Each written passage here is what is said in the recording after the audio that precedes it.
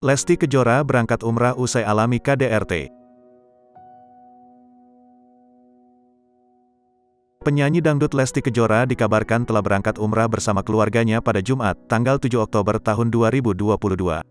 Sebelumnya memang diberitakan bahwa Lesti Kejora akan melangsungkan ibadah umrah guna untuk menenangkan hati setelah menerima tindak KDRT dari suaminya, Rizky Bilar. Video keluarga Lesti Kejora di bandara dan tengah melakukan boarding pass berangkat umrah beredar di media sosial. Dalam video yang diunggah oleh akun Instagram @lambe_danu_official99 pada Sabtu, tanggal 8 Oktober tahun 2022. Ayah dan ibu Lesti Kejora juga ikut menemani putrinya beribadah umrah. Ibu Lesti Kejora, Sukartini terlihat menggendong baby Leslar, anak pertama Lesti Kejora dan Rizky Bilar.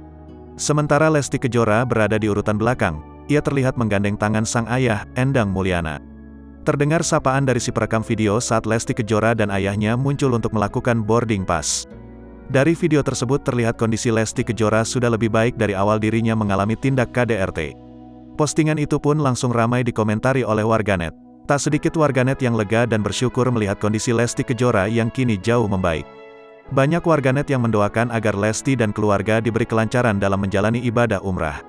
Tak hanya itu, warganet juga mendoakan agar Lesti menemui jawaban dari permasalahan yang kini tengah ia hadapi.